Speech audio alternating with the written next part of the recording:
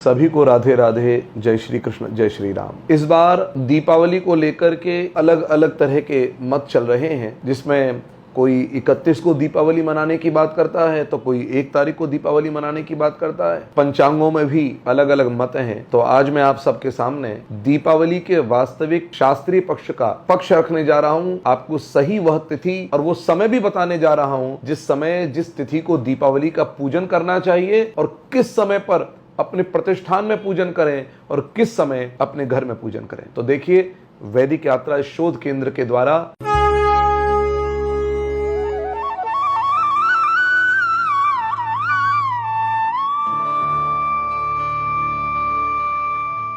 दीपावली का वास्तविक शास्त्रोक्त निर्णय लेकर के मैं उपस्थित हुआ हूं।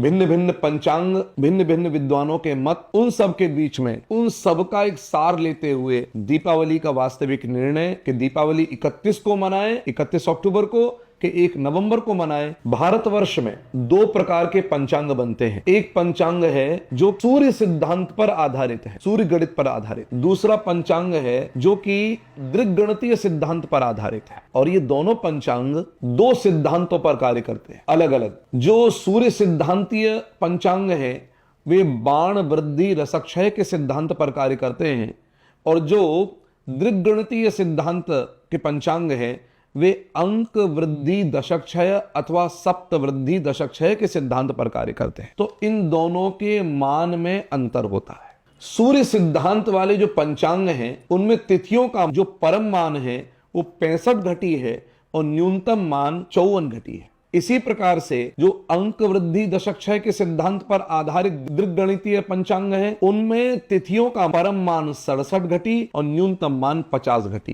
इन दोनों में लगभग 2 से 3 घंटे का अंतर आ जाता है। इसके कारण से ये अलग अलग पंचांग अलग अलग तिथियों का निर्णय करते हैं। परंतु किस तिथि के लिए, किस पर्व के लिए हमें कौन सा सिद्धांत वाला पंचांग देखना चाहिए, तो इसके लिए धर्मशास्त्रों ने जो निर्णय किया है वो आपके बीच में लेकर के मैं आया हूं।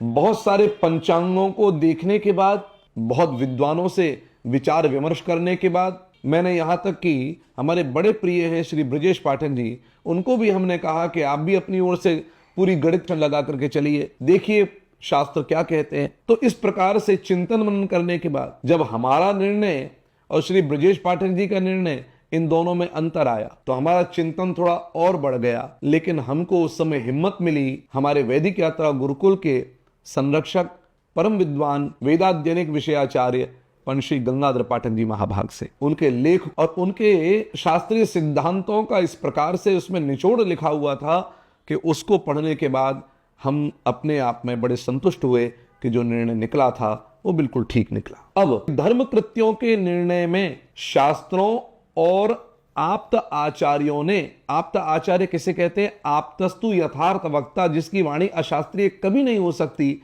ऐसे आचार्यों की वाणी के द्वारा बिना बीज संस्कार संस्कृत चंद्र सूर्य से निष्पन्न तिथ्यादि को ही ग्रहण करने के विषय में कहा है। और इस विषय में स्कंद पुराण में स्पष्ट उल्लेख है, दृक् सिद्ध खेट ग्रह साधितासु कुर्वन्ति केचित् तिथिषु प्रमादात् श्राद्धादिकं तत् पितृशापतस्ते पुण्य क्षयं दुर्गतिमाप्नुवन्ति तथापि संतो बहवोत्र धार्मिकाः पुरातनाचार मथाजहन्तः सूर्यांश जोक्तार्जित काल एव कर्माणि कुर्वन्ति सुखम लभन्ते। इसका अर्थ है कि हमें जो धार्मिक कृत्य हैं, दीपावली, होली या नवरात्र आदि आदि अनेक ऐसे धार्मिक कृत्यों में हमको सूर्य सिद्धांत वाले पंचांगों को स्वीकार करना चाहिए, अर्थात बाण वृद्धि रसक्षय के सिद्धांत को स्वीकार करना चाहिए।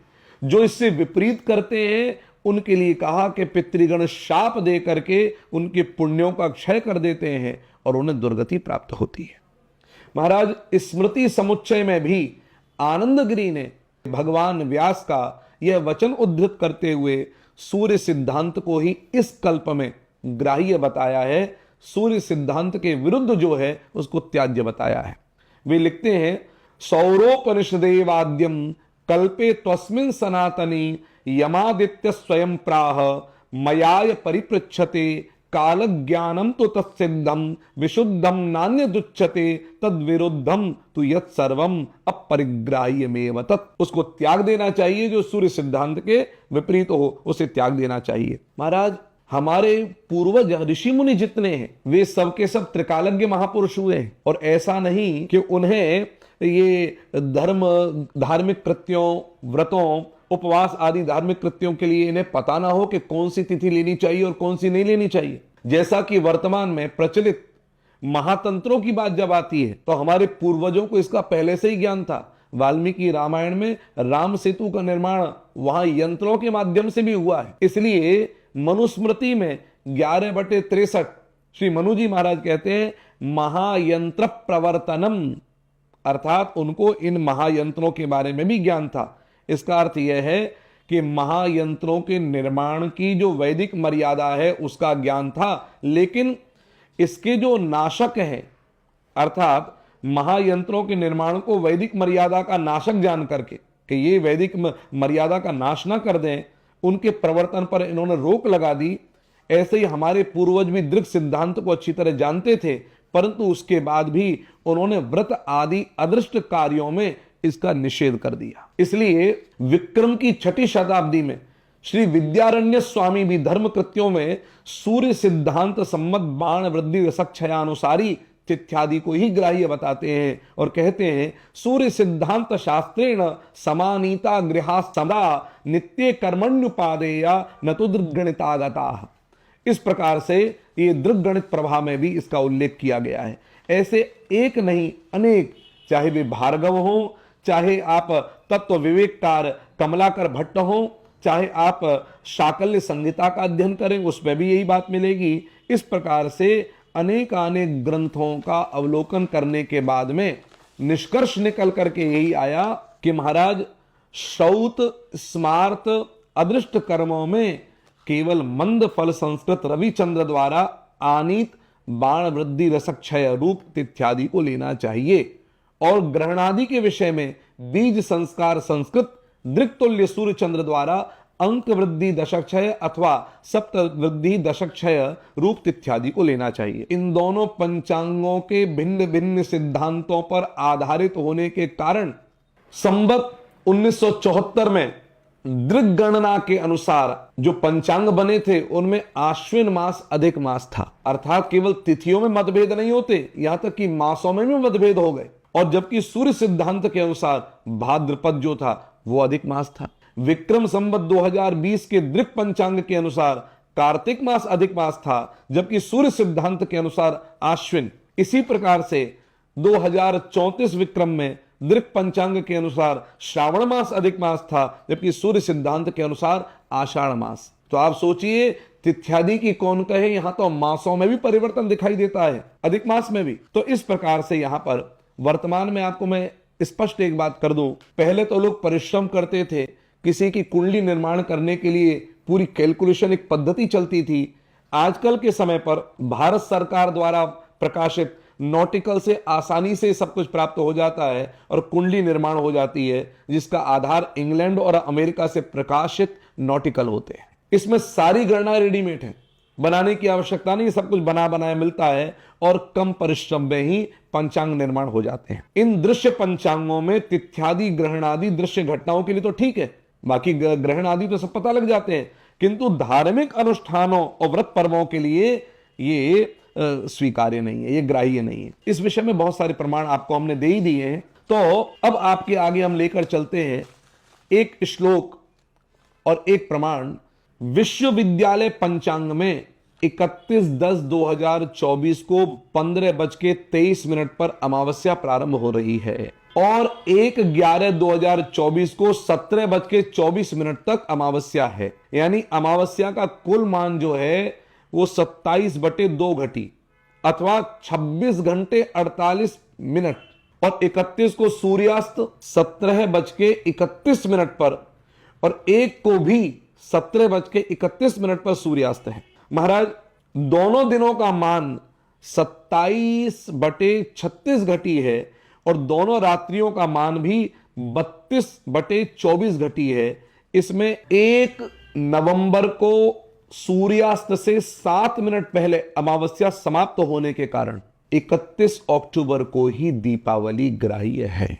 धर्मशास्त्रों में यह भी कहा, अमावस्या का ये दीपावली का जो पर्व है, ये प्रदोष काल में अमावस्या हो और रात्रि में भी अमावस्या रहे, वो ग्रहण करनी चाहिए। केवल प्रदोष में हो, रात्रि में नहीं है। तो यहां लिखा सा प्रदोष व्यापिनी ग्राह्या, पहला।